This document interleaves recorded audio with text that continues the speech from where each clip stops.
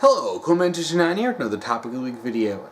I'm feeling in a Miraculous Ladybug mood, so let's talk about Season 2 so far. This week's topic was submitted by a Tumblr anon, and their topic is your honest thoughts of Season 2 of Miraculous Ladybug so far. Favorite moments, favorite episodes. Also that big reveal about Hawkmoth. I remember you called that a long while ago. Tell me about why you felt what you did when you called it, and how you felt in being shown right. Well, I felt validated, honestly, because a lot of people called it. I mean, I've been calling it for a good long while. So, I'm just going to say, spoilers for Season 2 of Miraculous Ladybug. Though, I don't really think it was much of a spoiler. Gabriel addresses Hawkmoth. And that's something I've been calling since, like, 2 years ago, I think. I remember I called that, I started thinking about that all the way back during the Pharaoh episode. Because I remember I was watching the Pharaoh episode, and I think I was actually rewatching it not too long after it came out. And something clicked in my head when I was watching it, because the Pharaoh wanted to use the Miraculouses to bring back his wife. And I thought, wait a minute, what character here in the show has a dead wife? Gabriel aggressed. And then I started thinking, wait a minute, and all the gears started spinning, and I'm like, what if he's Hawkmoth and he's trying to take the Miraculouses so that he can revive his dead wife? And I'm like, oh, it made sense. And I remember messaging Angelren with that immediately after I thought of it. Now, at the time, that theory hadn't really been, like, it hadn't really caught on yet. And I knew some people had said it at the time, but I remember thinking about this really before I saw it really gain steam. But as the first Season 1 went on, it really gained steam, and the whole theory snowballed episode after episode. Once people started looking into it, things started getting really clear, because you started seeing that whenever Hawkmoth was on screen, Gabriel Agrest wasn't. And specifically in the episode Jack Addy, or Simon Says, whichever one, you know, an episode where Gabriel Agrest is involved in the actual story, Hawkmoth doesn't appear. And that was just like all of a sudden, and then, you know, Gabriel Agrest was suddenly eyeing Adrian's ring, and I was like, oh, he seems to be oddly focused on that ring. And then the Origins episode did all but literally say Gabriel Agrest is Hawkmoth, because they showed his silhouette and the same voice actor, and he had a locket of Adrian's mother. So yeah, it was kind of obvious, honestly. But they didn't actually directly say it, so there was still some contention of it. Then Season 2 happened. And literally in episode 1, they're like, Gabriel Agrest is Hawkmoth. And I actually really like a lot of the episodes going in. The Collector, which is, you know, the first episode, as Gabriel Agrest revealing himself as Hawkmoth. Not to the characters, but it's the reveal in the show to the audience. To the surprise of not a lot of people. I mean, when I first watched it, I'm just like, yeah, I called it. And, I mean, it always seemed really logical, you know, from a storytelling perspective, because then you have Gabriel being, you know, related to, like, as the villain, related to one of the main characters, Adrian.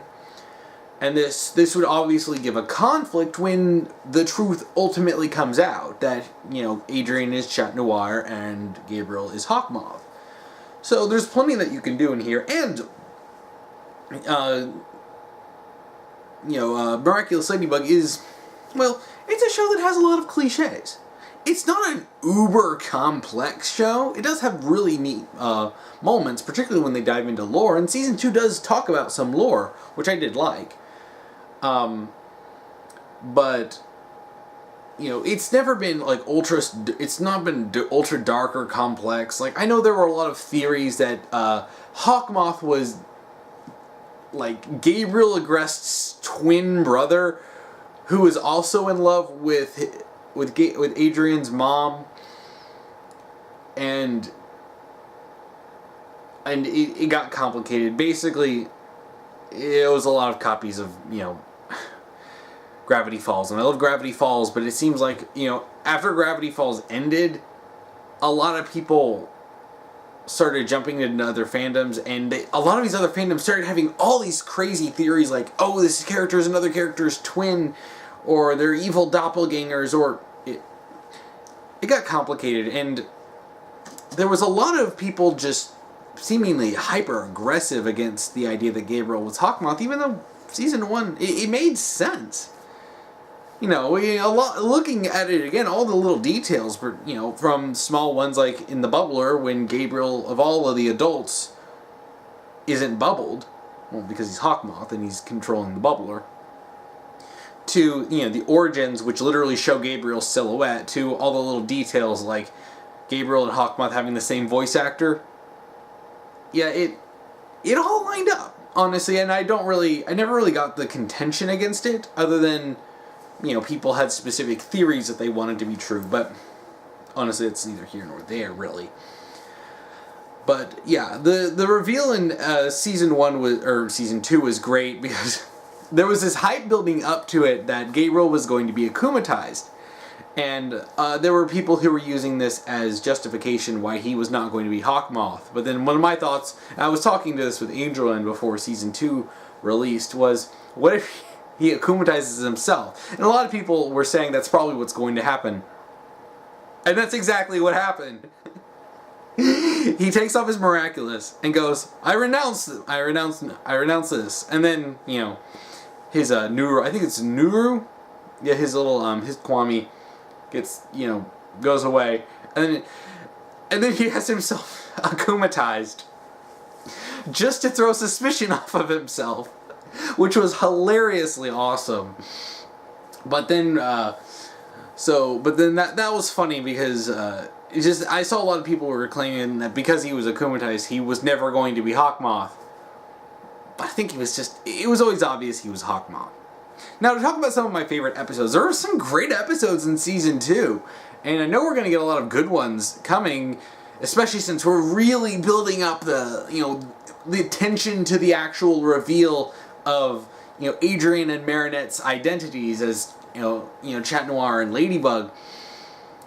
And they keep teasing it. And, because episodes like Dark Owl have Adrian and Marinette,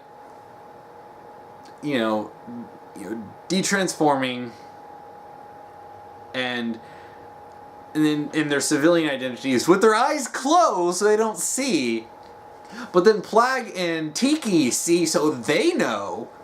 But, Adrian and Marinette don't know. And you're sitting there watching them, Adrian and Marinette standing there with their Miraculouses. And neither of them know. Or, then an episode like in the latest one that I saw, Gorizella, where Gabriel is, looking at, pictures of Chat Noir and then pictures of Adrian, and and this is where he's starting to piece together the things he saw, Simon Says, where he sees that Adrian has a ring that looks suspiciously similar to Chat Noir's ring. So he sets up, a situation where Adrian is captured and, making sure that if, Chat doesn't show up, then,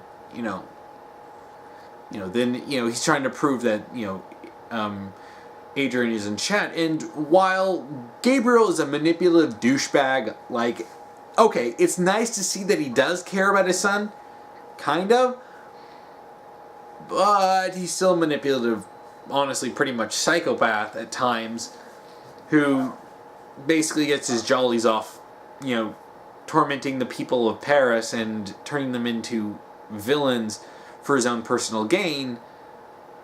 Even if it's something like bringing his wife back, which is an understandable motivation, he still treats Adrian like garbage.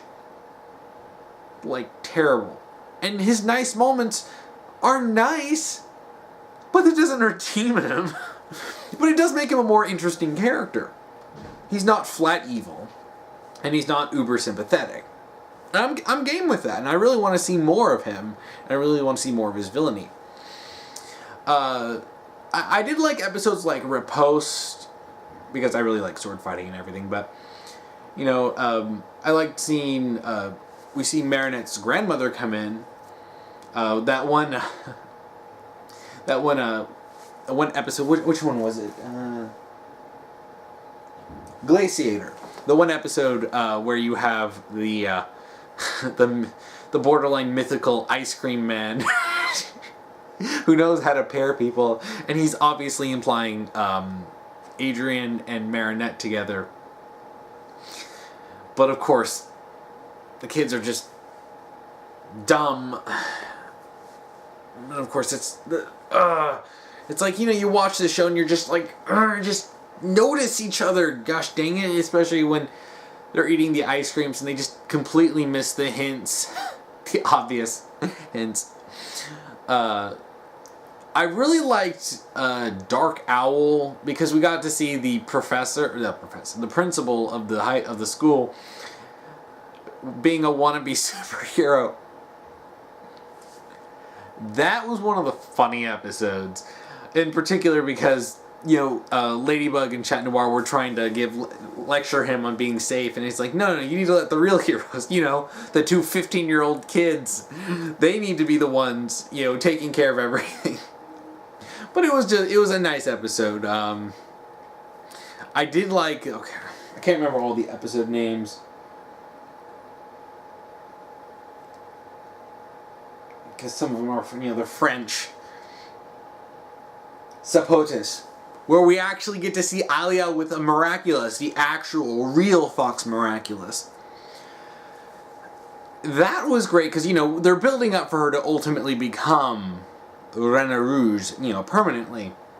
But right now, it was just for a single episode, but it was nice, because you actually, you saw Marinette go to Alia because she knows she can trust her, give her the Miraculous, with the, and what's really interesting though is that they set it up as an offer. You have this, but when we're done with this issue with the Akuma of the day, you have to give it back, and ultimately Alia does, even though it's really tempting for her as Ladybug's #1 fan, or #2 fan if you count Adrian.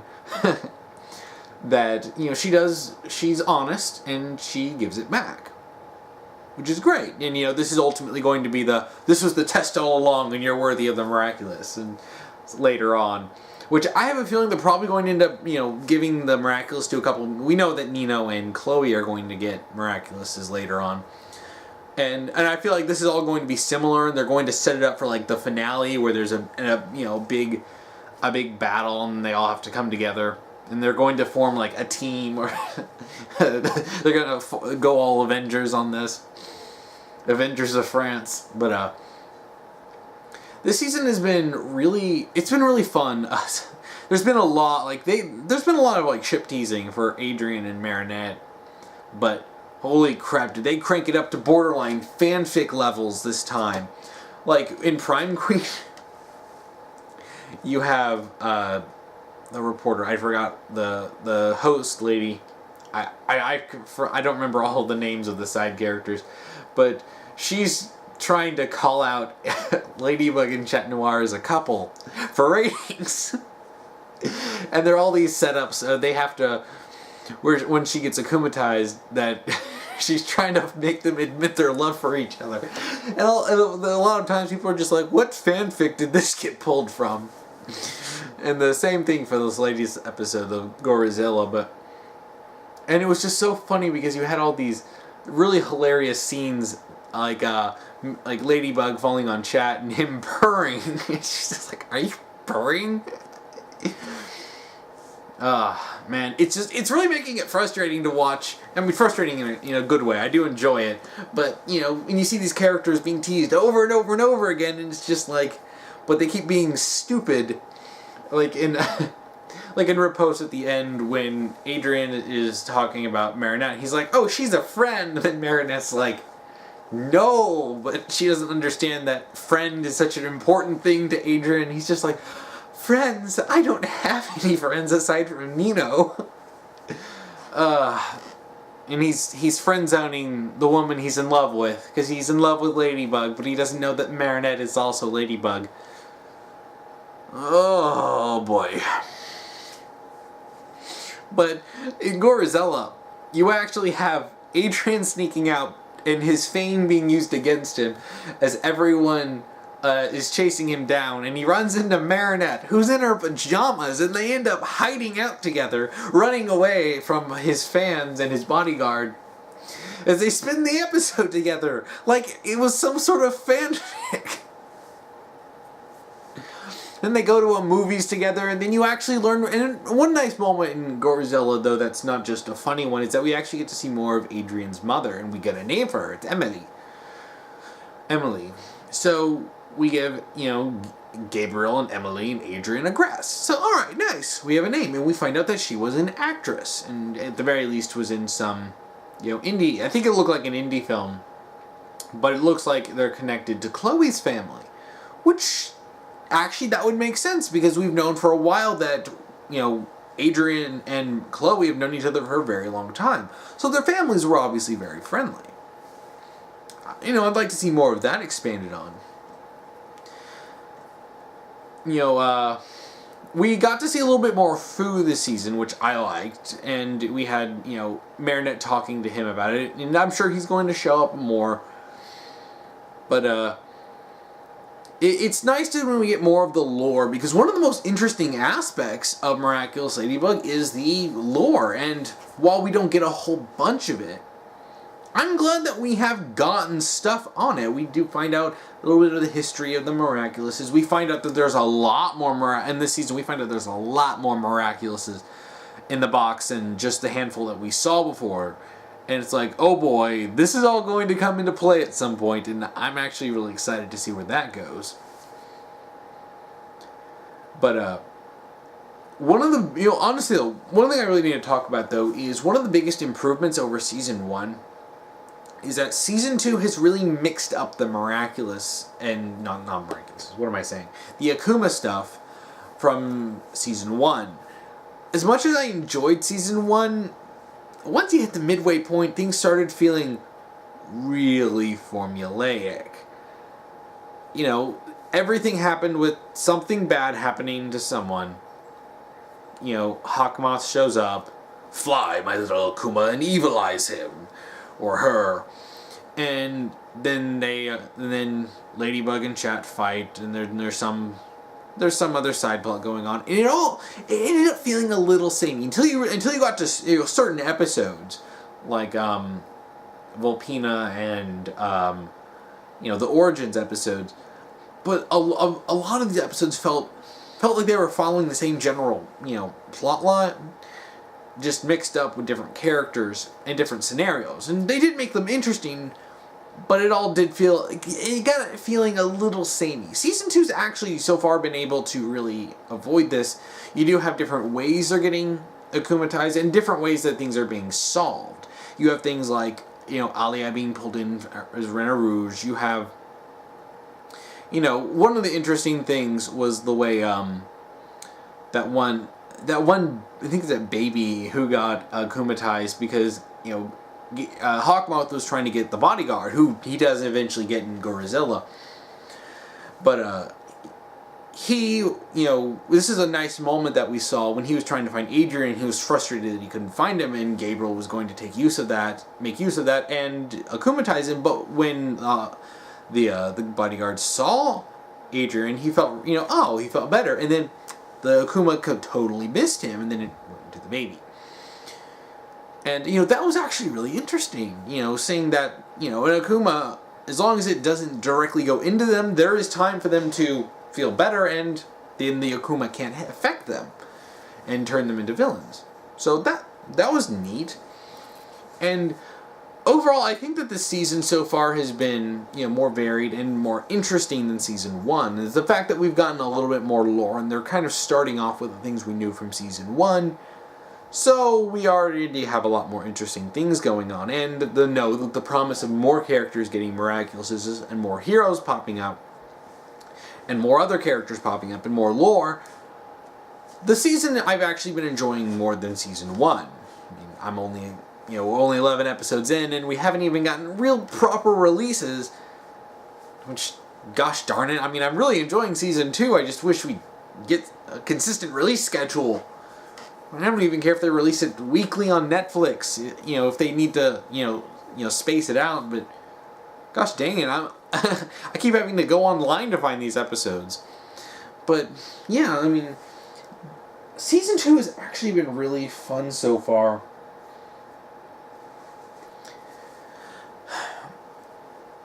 We've also been seeing a lot more of the development between Adrian and Marinette.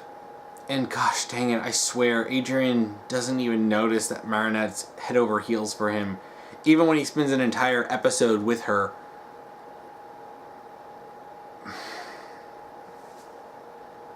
Boy.